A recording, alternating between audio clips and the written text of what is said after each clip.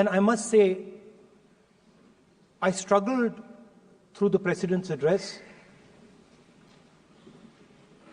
to maintain my attention on what was being said, because I had heard pretty much the same President's address the last time and the time before that and the time before that. And it was the same laundry list of things that the government has done. We have done this, we have done this, we have done this, 50 or 100 things that the government has done.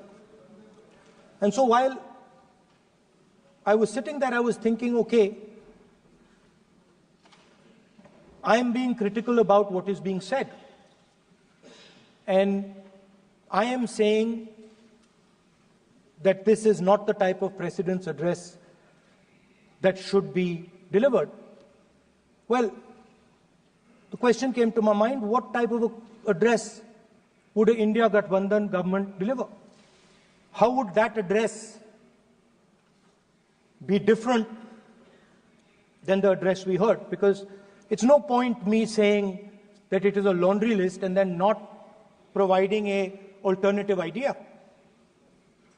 And so today I would like to lay out some dimensions of what an alternative address would look like, what the India Gathbandhan would probably focus on, and where we would lay emphasis. The future of this country is going to be decided by the young men and women of this country, the youth of this country. So I think anything we say has to be addressed to them, has to be spoken to them. The first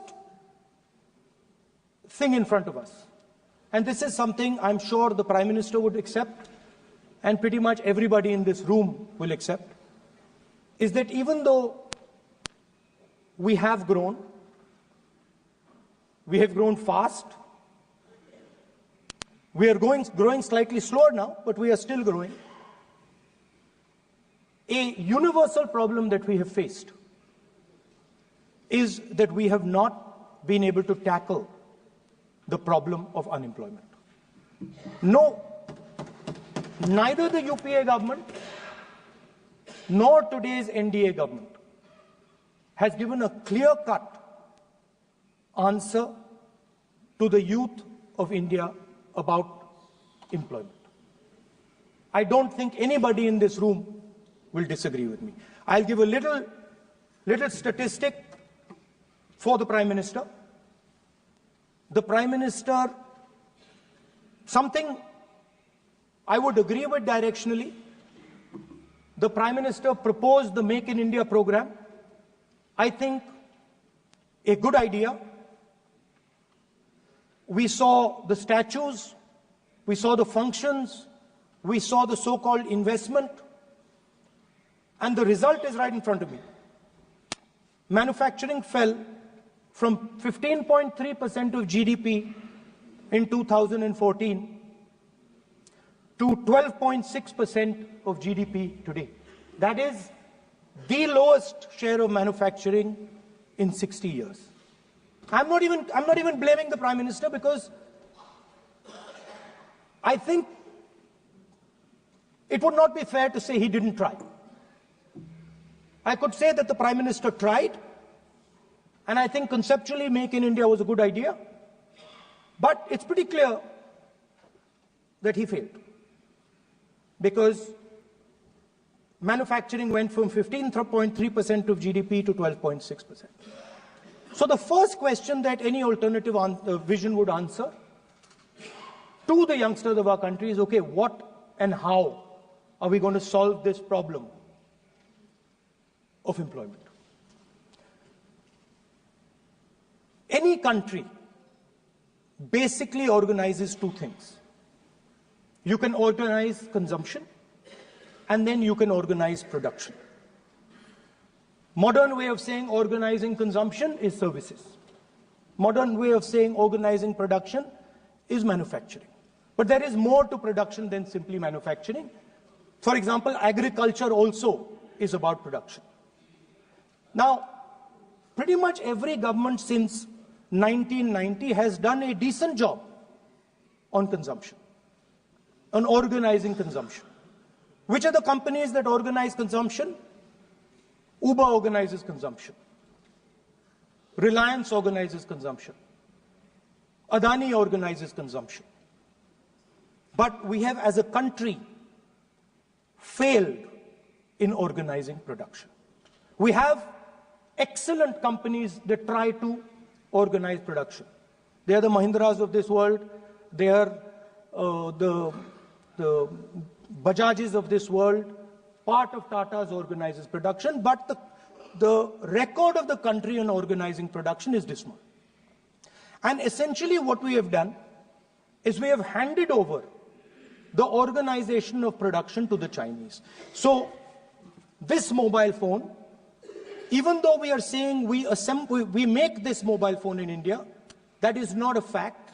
This phone is not made in India. This phone is assembled in India.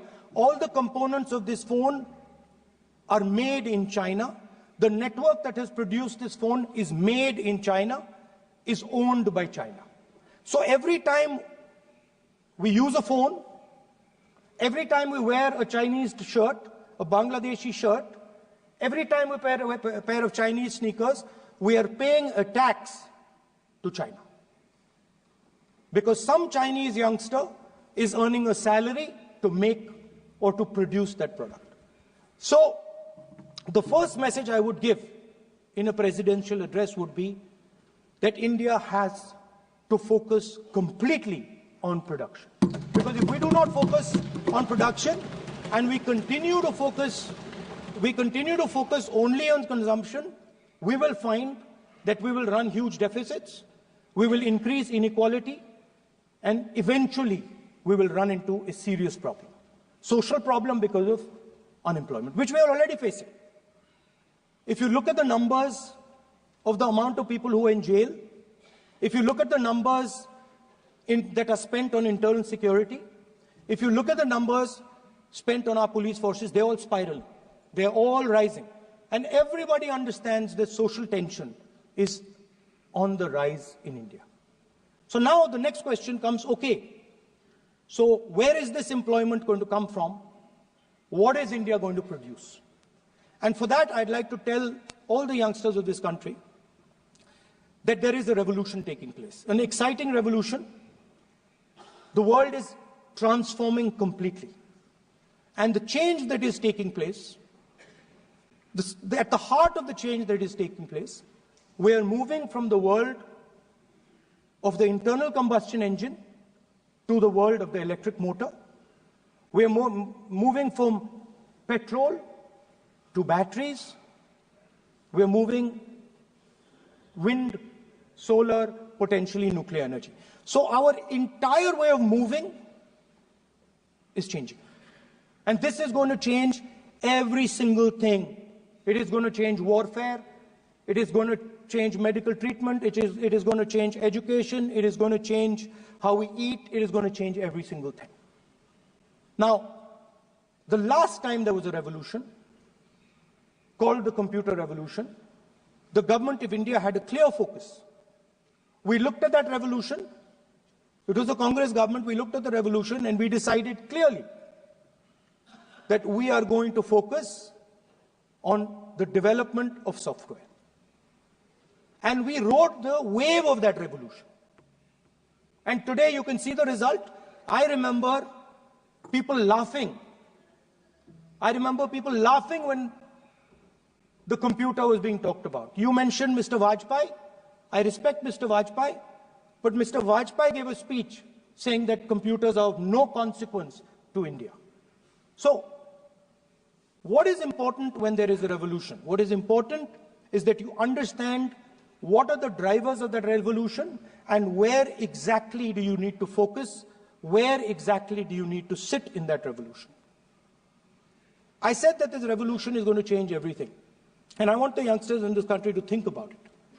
There is a war going on in Ukraine. The war in Ukraine is actually a war between the internal combustion engine and the motor.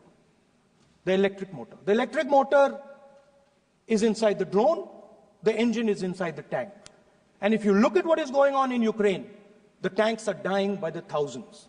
And small little drones with electric motors, small batteries, not much bigger than that, are destroying the entire tank artillery infrastructure of both Ukraine and Russia. So the drone is the electric motor. The drone is the battery. The drone also needs to see. So the drone is a camera. In the same way, electric cars. The electric car is a motor. The electric car is batteries. The electric car is cameras. Robots are exactly the same thing. Robots are electric motors, multiple electric motors with cameras, with batteries. And this is what the revolution is going to look like. So there are basically 4 technologies that are driving this entire change in mobility. Electric motors, batteries, optics, and then on top of that, you can apply AI. Now I want to tell the youngsters of this country, people talk about AI. But it's important to understand that AI on its own is absolutely meaningless. Because AI operates on top of data. Without data, AI means nothing. And if we look at data today, there is one thing which is very clear. Every single piece of data that comes out of the production system in the world, the data that was used to make this phone, the data that is used to make electric cars, the data that is used to make basically all electronics on the planet today is owned by China. And the consumption data is owned by the United States. In China, the consumption data is owned by China, but in India, companies like Google, companies like Facebook, companies like Instagram, X, they own our consumption data. So if India wants to talk about AI, it has to first answer the question, what data is going to power that AI? And the answer today is India does not have that data. Neither does India have production data, neither does India have consumption data. We have handed our consumption data to the big American companies, and the production data we don't have anyway. So what would that vision look like? The first thing, we would start getting youngsters excited about this revolution. We would start to introduce the idea of a completely new way of moving, a complete revolution in how things move. We would start teaching our children in schools about batteries, about electric motors, about how these things combine, about how drones, robots, electric cars are structured, how they will work together. And most important, we have to start building a production network so that we can get access to production data. Now, what would we focus on? We would not give you a laundry list. China has at least a 10-year lead on India in this space. China has been working on batteries, robots, motors, optics for the last 10 years, and we are behind. So what would our president's address say to the youngsters? We will choose critical areas in each one of these technologies, and we will start to build capabilities in those areas. The second thing we would do, we would ensure that our banking system is not captured by 2 or 3 companies that basically do not allow you to build a production system. But our banking system is open, is dynamic, and is accessible to small and medium businesses and to millions and millions of entrepreneurs who want to take part in this revolution. Our foreign policy would take into account this revolution. When we talk to the United States, we would not send our foreign minister to invite our prime minister to his coronation. We will not send him 3 or 4 times, please invite our Prime Minister. Because if we had a production system and if we were working on these technologies, the American president would come here and invite the Prime Minister. So it is important to understand where a... Please. No. Foreign policy.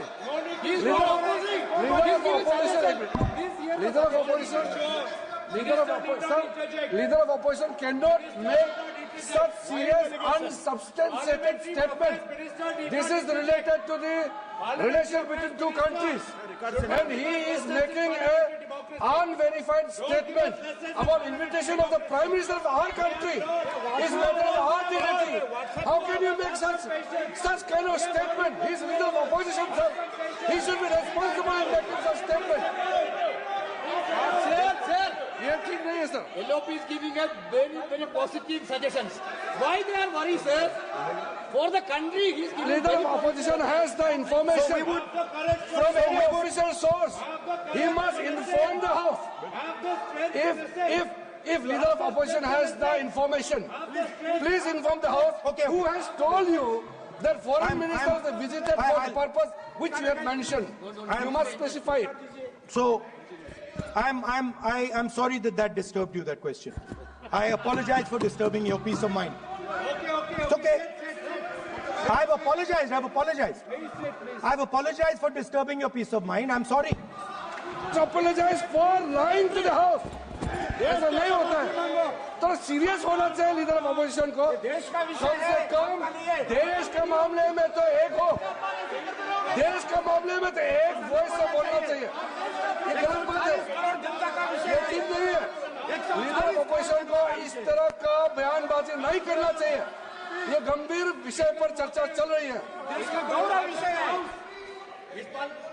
So we would start by telling our young men and women that they have to be at the forefront of this revolution. We cannot afford that the Chinese are at the forefront of this revolution. Number one.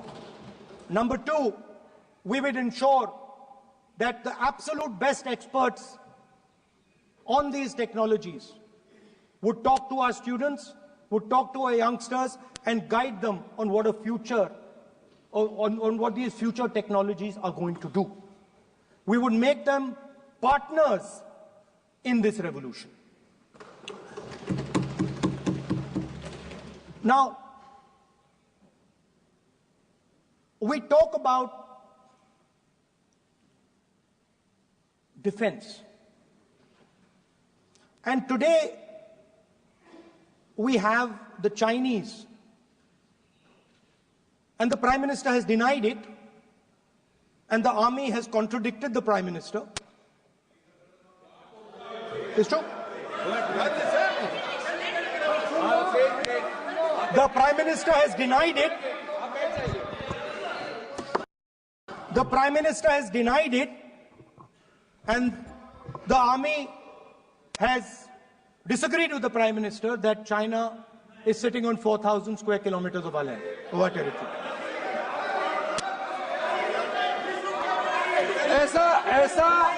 ऐसा इस सदन में अब मन चाहे बात नहीं बोल सकते हैं. ये बिल्कुल ठीक नहीं है सर. ये सीरियस मामला है. आप फॉरेन पॉलिसी पे, बॉर्डर इश्यू पर आप अपना कैसे मजाक बात कर सकते हैं? अपना मन कहानी आप बना के बोल रहे हैं. ये तो बहुत सीरियस मामला है. विदेशी प्रतिपक्ष के नेता जो आप विषय बोल रहे हैं, उसके तथ्यों को सदन के पटल पे रखना. आप पानी अनुरोध है, लीडर ऑफ अपोजिशन बोलिए, हम लोग शांति से सुनेंगे. ये आपका अधिकार है बोलने का, मगर आप मन चाहे ऐसा सीरियस इशू पे कैसे बोल सकते हैं? ये सीरियस मामला है. आप सदन में से बोलते हो, फॉरेन मिनिस्टर का बात कर देते हो, सीमा का बात ऑफिशियल वर्जन से अलग बात करते हैं. ऐसा मत बोलिए. ये देश के लिए ठीक नहीं है. आपको सीरियस होना पड़ेगा लीडर ऑफ अपोजिशन. ये गंभीर मामले को आप ऐसा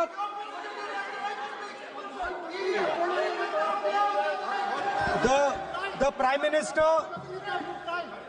Minister has denied that Chinese forces are inside our territory, but for some reason, our army keeps talking to the Chinese about their entry into our territory, and our Chief of Army Staff has said that the Chinese are inside our territory. This is a fact. This is not invention, this is a fact. Now, but the reason China is inside our territory is important. Because people think that wars are fought between armies and their weapons. But the fact of the matter is that wars are fought by industrial systems. The fact of the matter is that China has an industrial system that is far stronger, far bigger than our industrial system. And that is why they have the guts to come inside this country. The reason China is sitting inside this country is because Make in India has failed. The reason China is sitting inside this country is because India is refusing to produce. And I am worried that India is going to give up this revolution to the Chinese once again. The reason I made this reference is because everything is connected. If and when we fight a war with China, we will be fighting with Chinese electric motors, Chinese batteries, Chinese optics, and we will be buying Chinese motors, Chinese optics, Chinese batteries. It is a non-sustainable proposition. That is why for our security, for the future of our children, for the future of our country, we have to build a production system, and we cannot allow this revolution to go by.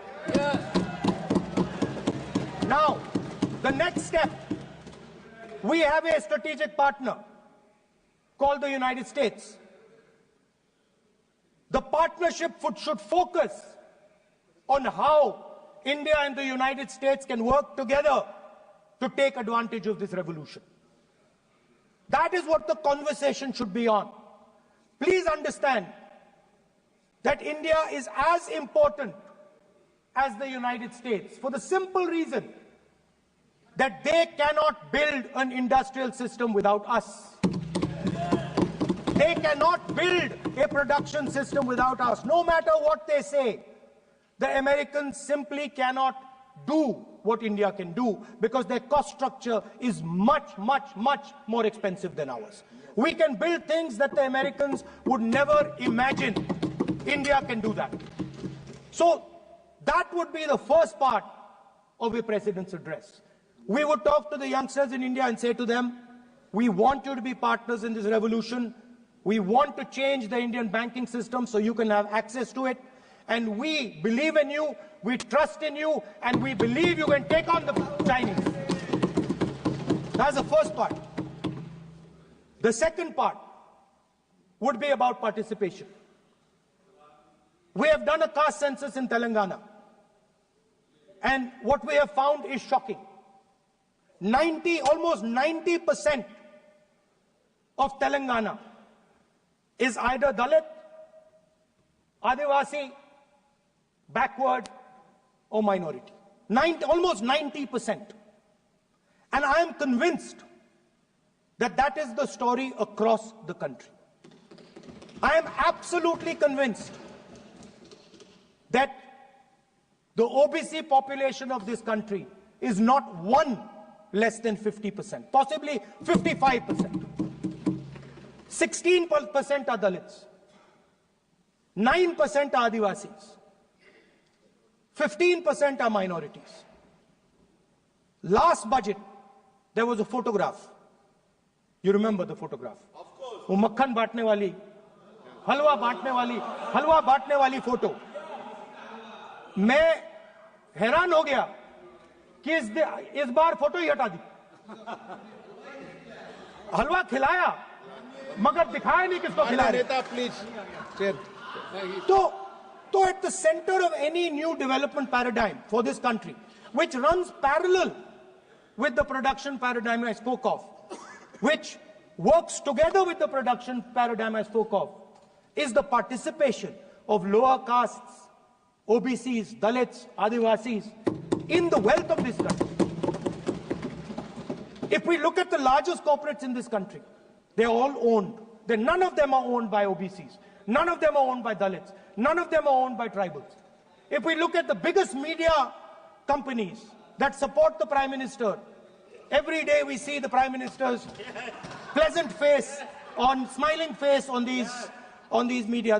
None of them are owned by OBCs. None of them are owned by Dalits. None of them are owned by Adivasis. This is the fact. So central to any new development paradigm is the architecture of a new paradigm. And that architecture of the new paradigm can only be built once the caste census is placed on this table.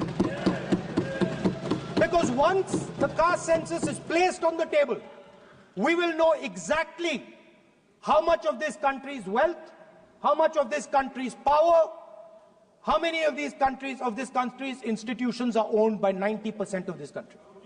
There are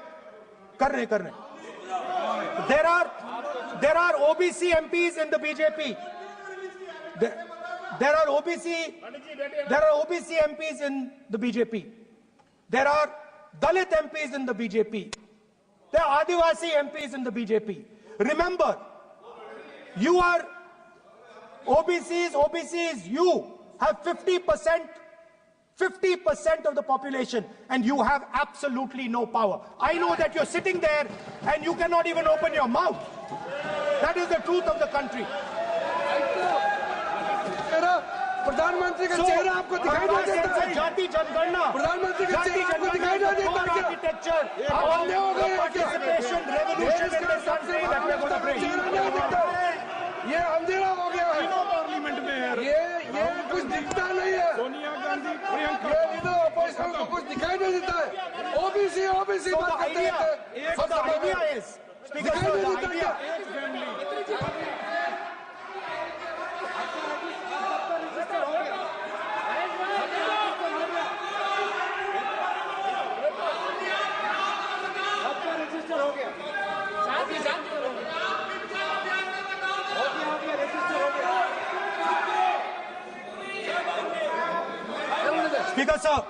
Speaker sir, so the idea is, on one side, allow India and the Indian youngsters to participate in the coming mobility revolution. Allow them to participate in building robots, in building drones, in building electronic items, in building EVs. And on the other side, running parallel.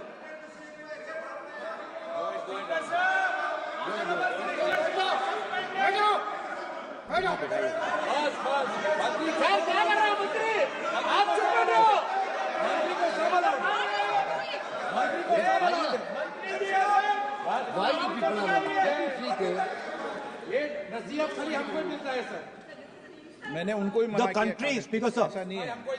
So, आप भी बहुत disturbance करते हैं। Okay, Speaker sir, so parallel ideas. One idea, participate in the mobility revolution. Whether you're thinking of economy, weapons, production, healthcare, India should participate in this revolution. India should become the master of the electric motor, master of the battery, master of optics, and master of AI applied on top of that production system.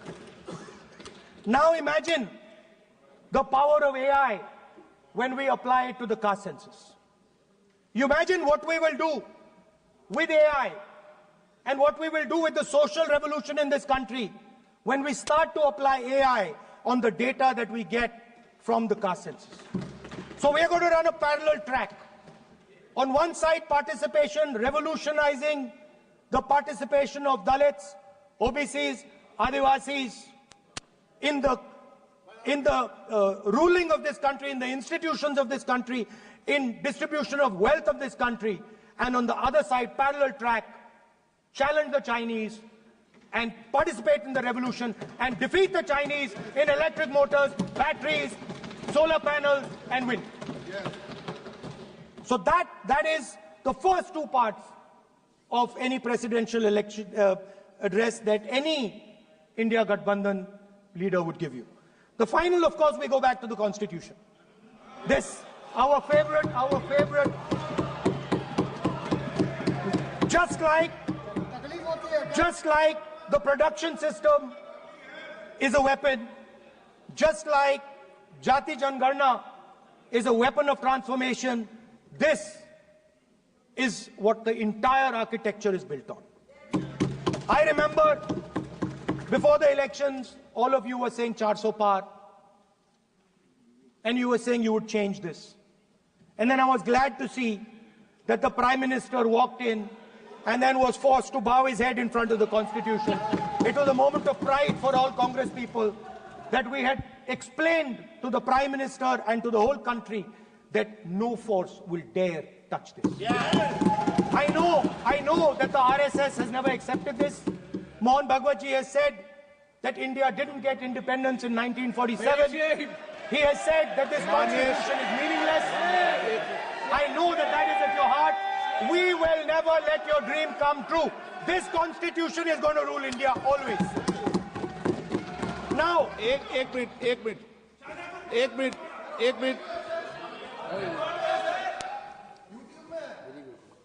आप प्रतिपक्ष के नेता हैं, मेरा आपसे आग्रह है कि जो विषय आप रखें वह तथ्यों पर आधार पर रखें, उचित होगा। मैंने आपको पहले भी कहा, और जो सदन के सदस्य नहीं हैं उनकी चर्चा न करें। बताता हूं सर, मोहन भागवत आप नियम प्रक्रियाओं की पालन करें, आपसे अपेक्षा। सर, मोहन भागवत जी ने स्टेटमेंट दिया। मोहन भागवत का statement Sir, one second. We will authenticate. Speaker, sir. We will authenticate. Speaker, sir, Mohan Bhagwat ji made a statement saying that India did not receive independence in 1947. It received independence when the Ram Mandir was inaugurated. We will place that on the table. Now, sir, I would like to mention one small thing, but very important thing. Speaker, sir, this constitution is supported by this constitution is supported by the vote of our people. Without the secure vote of the Indian people, this constitution means nothing. Now I want to bring to the notice of this House some data, some information about the Maharashtra election. Very simple stuff. Speaker, sir, between the Lok Sabha election, which the India Alliance won, and the Vidhan Sabha election, the voting population of Himachal Pradesh was added to the voting roll of Maharashtra. Meaning the entire population of Himachal Pradesh was added to the voter rolls of Maharashtra. Please understand what I am saying. In Lok Sabha, the difference between Lok Sabha and Vidhan Sabha was the population of Himachal. The entire population. Almost 70 lakh new voters suddenly arrived between Lok Sabha and Vidhan Sabha. Now, the most interesting part, and the Prime Minister is not looking at me. The most interesting part,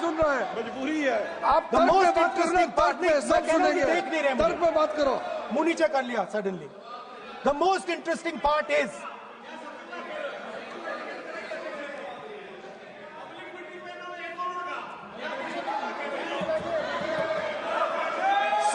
Sir, Maharashtra mein more voters were added in 5 months in Maharashtra than were added in 5 years in Maharashtra. जितने 5 साल में add हुए उससे ज्यादा 5 महीने में add हुए, आखिरी 5 महीने में लोकसभा चुनाव के बाद। सर, एक बिल्डिंग है सर, शिरडी में एक बिल्डिंग में 7,000 नए वोटर एक बिल्डिंग में ऐड हुए सर। एक बिल्डिंग में 7,000 नए वोटर ऐड हुए सर। सर मैं कोई आरोप नहीं लगा रहा हूं, मैं कोई आरोप नहीं लगा रहा हूं, मैं सिर्फ ये कह रहा हूं सर कि ये इसमें कुछ ना कुछ प्रॉब्लमैटिक है कि हिमाचल प्रदेश जितने बड़े वोटर्स लोकसभा के बाद जादू से आ जाते हैं। अब हम क्या कह रहे हैं, हमने इलेक्शन कमीशन से रिपीटेडली कहा है कि हम आरोप नहीं लगा रहे हैं, आप एक काम कीजिए, हमें लोकसभा की वोटर लिस्ट दे दीजिए, नेम एड्रेस और इलेक्ट्रॉनिकली दीजिए, और विधानसभा नहीं है। नहीं सर, नहीं नहीं नहीं नहीं नहीं नहीं स्पीकर सर वो सब वेबसाइट पे रहती है, सब जानते हैं, कभी भी कोई निकाल सकता है। स्पीकर सर मैं समझा देता हूं सर। स्पीकर सर वो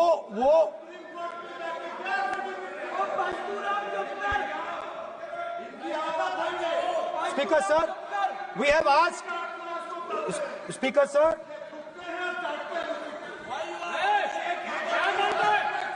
Speaker sir, we are asking this question. We are asking this. Speaker sir, population of Himachal Pradesh. Please. Population of Himachal Pradesh has voted. Extra has voted in Maharashtra. We are saying to the Election Commission, please give us the names and addresses and polling booths of all the workers in the Lok Sabha and all the workers in the Vidhan Sabha, so we can calculate who these new workers are, who these new voters are. Interestingly, the new voters are mostly in the constituencies that the BJP has swept. Please understand, the new voters have been added mostly in the constituencies where BJP has swept. I am still not making an allegation. I am saying on the floor of the House that the Election Commission has to give the data of the Maharashtra elections to the Congress Party, to the Shiv Sena and to the NCP, so that we can see exactly where these voters have been added, who has been subtracted, who has been added, where they have been added. This is not an irresponsible request. This is a very simple request for them to fulfill. The reason I am saying this, sir, is because the rules have been changed. This is not just said in isolation. Speaker, sir, the election commissioner used to be chosen by the Prime Minister, Leader of Opposition, and the Chief Justice. Sir, the Chief Justice was removed from that committee. Why? Why? This is the question, sir. This is the question to the Prime Minister. Why was the Chief Justice removed from the committee? Now, in a few days, I am going to go to the meeting. I am going to go to the meeting. There's going to be Mr. Amit Shah and Mr. Modi ji. And there's going to be me. 2 to 1. Why am I even going to the meeting? What is the purpose of me going to the meeting? I'm only going to the meeting to certify what Modi ji and Amit Shah ji are going to say. Right? Whereas if the Chief Justice was there, there could be a discussion. Chief Justice and Leader of Opposition could say, no, we don't agree. So, there seems to be a calculated strategy. Now, just prior to the Lok Sabha, the election commissioner was changed and 2 new election commissioners were placed. Yes. We know that the election dates were changed. Yes. We know that the elections were postponed. These are facts. These are not things I am inventing. So, in order to safeguard this constitution, the entire opposition requests the data for the Maharashtra election.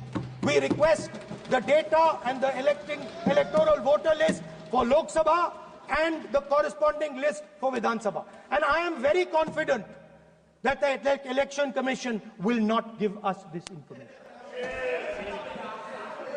Speaker, sir, that is broadly. So the third element of our President's address would be a determined defense of India's institutions, of our democratic system and a re-look at our entire democratic framework and the looking again at all the institutions that have been taken away from the people of India. So those would be the type of things that we would say in a presidential address. I'd like to finally say one thing. In the last, थोड़ा बढ़ा देता हूं, अब मैं थोड़ा और खींचूंगा, अब और खींचूंगा थोड़ा, अब और खींचूंगा. So in the last, there is a background, a philosophical background to what I am saying.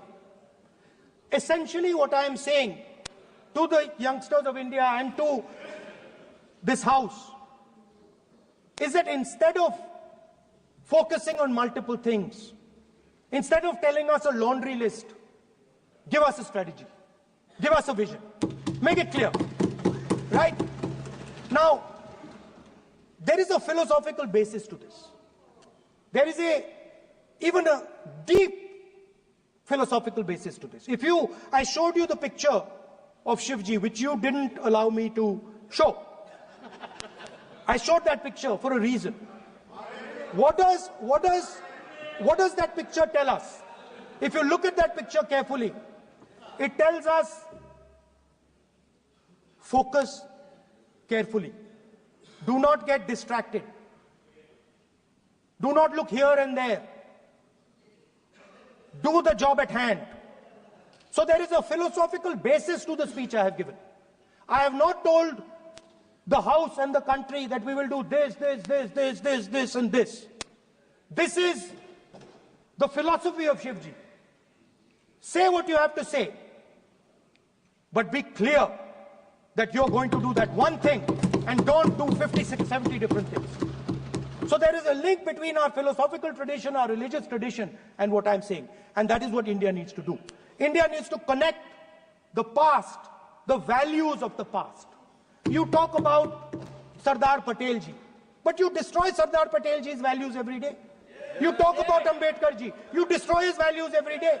You talk about Nehru ji. No, you don't talk about Nehru ji. Right? You bow in front of Buddha. You destroy what he says. So the point is, you have to be truthful to what you are, right? And it is important that when you are giving a way forward to the nation, there is clarity of purpose. There is no hatred, there is no violence, there is no anger, because these things are destroying our country. So my speech has not been angry, has not been nasty. My speech has been very polite, very kind, and I thank the Prime Minister for coming and listening to it. माननीय श्री नरेश चंद पटेल,